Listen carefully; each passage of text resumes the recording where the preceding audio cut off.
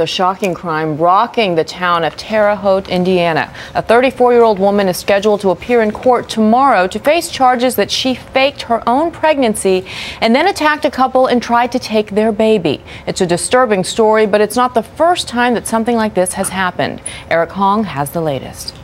Police say Stephanie Foster lied for months about being pregnant, part of an elaborate plot to steal a baby and pass it off as her own. I have never seen anything this bizarre except on TV. Foster was arrested here at the home of Ashley and Michael Spear, parents of a 1-month-old baby boy.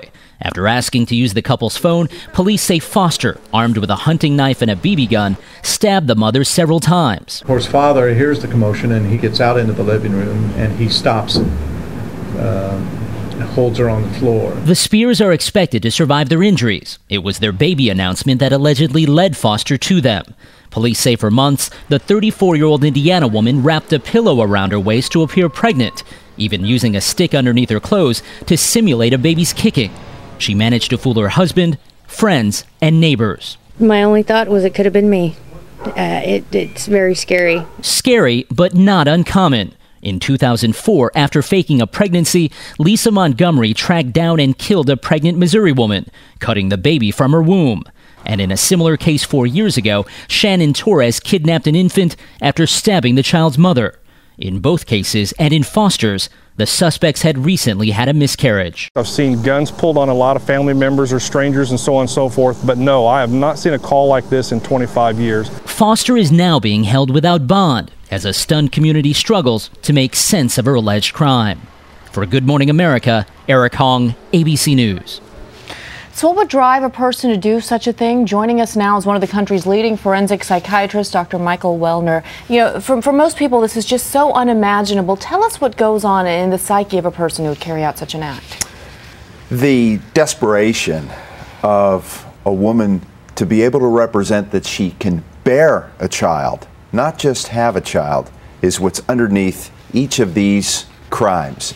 A person who typically is involved in some conflict within a relationship, but who's otherwise so wrapped up in her identity being that of a child bearer, is the common denominator in these crimes. We all know, unfortunately, people that have suffered miscarriages, that have gone through the trauma of that. How do you know when someone's just not experiencing a natural form of trauma, but something that could go to this level? Well, in my professional opinion, and miscarriage is common, this is an extremely rare type of crime, but it happens. It isn't so much the miscarriage as it is the sense within someone who is desperate and otherwise very limited, and again, very much wrapped up in this idea of being able to bear a child, that she can no longer have children. It's not about the miscarriage, it's about the sense that she can no longer be fertile. And how will this proceed further? How will this case be adjudicated in a court of law? Just because this sounds outlandish doesn't mean that it necessarily means that the person is insane. Insanity cases revolve around a person being unable to appreciate the wrong of their actions.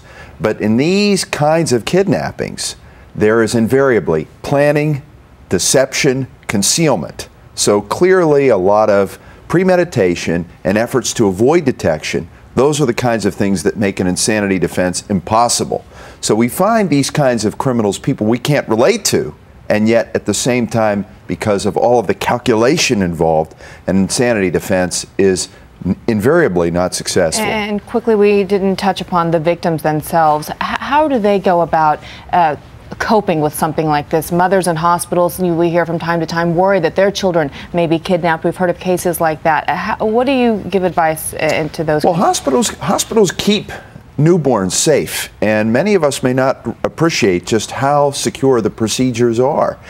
You can't tell that someone is going to come forward and try to kidnap your baby. It is an incredibly rare event. However, if there's anyone who would draw attention and concern, it's the person who proves to be concealing a pregnancy. Mm-hmm. Again, the common thread is a person who fakes a pregnancy. If that's detected, ask the questions of, where is this all leading with someone who has pillows or other instruments to deceive their husband, their family, their children? All right, such a disturbing story. Thank you so much for joining us, Dr. Wellner. We appreciate your time.